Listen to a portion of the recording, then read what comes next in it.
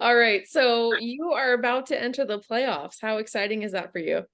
Man, I'm super, super excited. When you're ready to go and you've done everything, stayed in shape. You're just waiting to get to that moment. When you're not in shape and you feel like he's a really, really tough, you got things to look out for and all kinds of defenses and anxieties. That time can really be pressuring. But no, I'm in a good place. I'm happy. I'm excited. Other than dealing with this Vegas heat, man, campus is going amazing. So when you're going from the regular season where you have to fight for points to Mhm. the playoffs where you just have to fight to win, does that change how you fight at all? Think not having to think about the points? Not at all. Not at all. Not me. I don't think about the points to begin with. When my concept is do what you're supposed to do your job. The points come, you guys saw I did my job and finished Wade in the first round, and they didn't give me the points. So even if you do what you're supposed to do, sometimes the points aren't rewarded in that case. So there are things that happen during the course of the PFL season where men lie, women lie, numbers don't. But my concept for everything and why I've made it, every time I've signed up to the playoffs is, I worry about the match in front of me, the round in front of me, the moment in front of me, and I just try to win the moments. And you've got kind of a formidable opponent in front of you with a little bit of a shine on him right now just because of what happened in his last fight. What are your thoughts on him and what are your thoughts on that fight itself, the fight that he where he knocked out Brendan? Man, he should be shining. My man did, he shocked the world. That is the definition and the glory of it. He shocked the world with a shocking kind of whoop. Here we go. I'm here. That's the way to do it. If you're gonna do it any kind of way, that's the way to do it. Man, I was proud of him in that moment. Proud of who he is. And he's 21-6. We have very similar records. I think I'm 22-6, 21-6. Win and loss here, but very similar records. So I know what it takes, the mindset, the role, the longevity, to get to where we both are. We are both at, main event, his second main event, back to back, main stage. He's fighting back to back PFL's best, the last year's two finalists, and he's going to try and a month's short period of time, not a month, but a little bit more than that short period of time, try to take out, the top two of last year's PFL tournament. And I think it's a very, very tall task to ask of a man.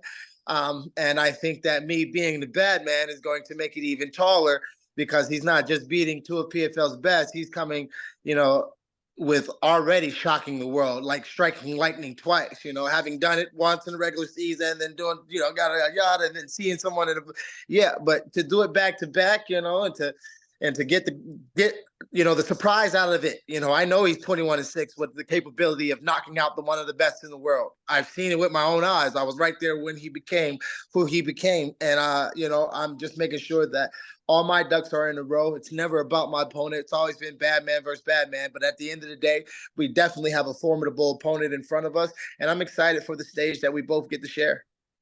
You mentioned lightning striking twice. When it comes to an event like that where he knocks out someone who he wasn't expected to win against, can he do that twice? Or do you think that was sort of a lucky night for him? Do you feel like he has the talent? No, I don't think he can do it twice, but I don't think it was a lucky night. No, he practices those knees. He practices things like that. He prepared for Lockney. Lockney does do a little bit of an awkward slip with his hands down. He does have that ability to if you're training and you can see that and you can see those little holes. If you it's an I think that's preparation meeting the opportunity. I don't think that was luck in any way. I think he skillfully lined that up, and if I give him the opportunity and do something like that, he gonna grab me behind the neck and try to do the very same thing to me as well.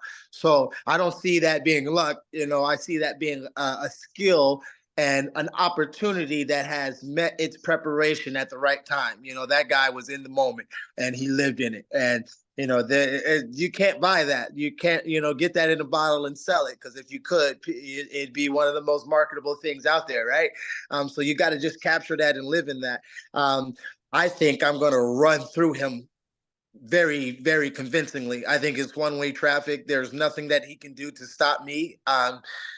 when it comes to the way that he likes to get down and strike, he doesn't mind being hit. And I'm a cook in the kitchen, and my stuff ain't edible. Everything you eat will be poison to you. You feel me? So when it comes to him thinking that he can just eat my shots all day, they're going to end up being his demise. I'm very hard hitting. I'm very thudding, and he keeps his hands low, and he defends with his face a little bit. And I saw right before he did what he did to Loughnane, I saw Loughnane light him up with a really good punch that I feel as though if I would land, it would give him a different response than the one that landed for Loughnane. And even though it did shock him and put a little umph into the fight, it raised the intensity.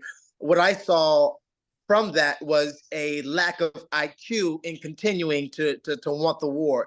He put his hands down, and he beckoned Loughnane on in that moment. And for me, you do that for me, I think that's going to give your ass an early night. Real talk. So I believe I'm the wrong opponent for his type of antics, because I'm quick enough, fast enough, and a good enough wrestler to see through the holes that he likes when it comes to his war cry.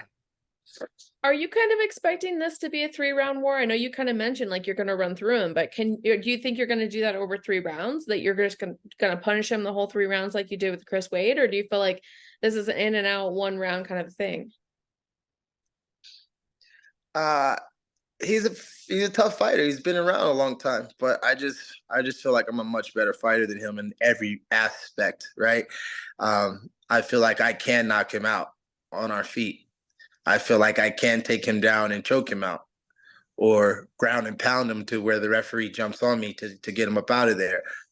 He's scrappy and he's feisty, and it's going to take a lot to get him out of there, I believe. But, I don't want to say that it's not going to be 3 rounds, but, I'm prepared, and I'm built, and I've brought my hard hat for 15 minutes of war. There's also another fight on the card. We learned today that Movlid is out. We don't know yet for sure who's replacing him, but we're thinking maybe Chris Wade or Movlid's out. Movlid's out. Wow. Does that get you more excited, less excited? What's the thought now that there's a little bit of a shakeup there in that bracket? Oh man, who would who hold on, let me see. Number 4. Number 5 would be Wade, because Loughnane finished with 5 points. Wade finished with 6. Who else had? Anybody else have 6? It would be. I would think it would be Wade and then Brendan. Yeah, says no. Chris Wade was the number 5 guy. So it sounds like that you like that change up. Well, that's news to me. I'm just now getting to the place of letting that settle in on me a little bit. Movlid's out, so making that being the champion, champion being out, the best ability in PFL is availability. You know what I'm saying? So that's one. I ain't never not shown up. So shout out to the people that have been here all the years and keep showing up. Secondly, what I'm saying, I guess that's destiny calling for that trilogy that a lot of people want to see. I know, especially in his camp with the Chris Wade thing and everything that happened in our fight, I know a lot of people want to see that trilogy. So, I don't oppose anything when it comes to being able to punch Chris Wade in the face. And I'm sure he feels the same way. So, that's interesting. But, Braga's a dog and he ain't never been beat.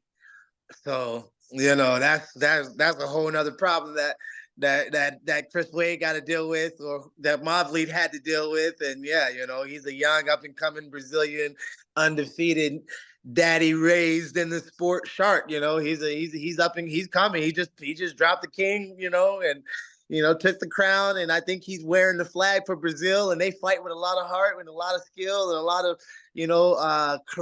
charisma and spunk. So that's an interesting matchup. I think it's obviously wrestler versus striker on that side, but the attitude that I think Braga brings to that fight, gets the job done. But damn, we got to deal with Chris Wade again. That's crazy.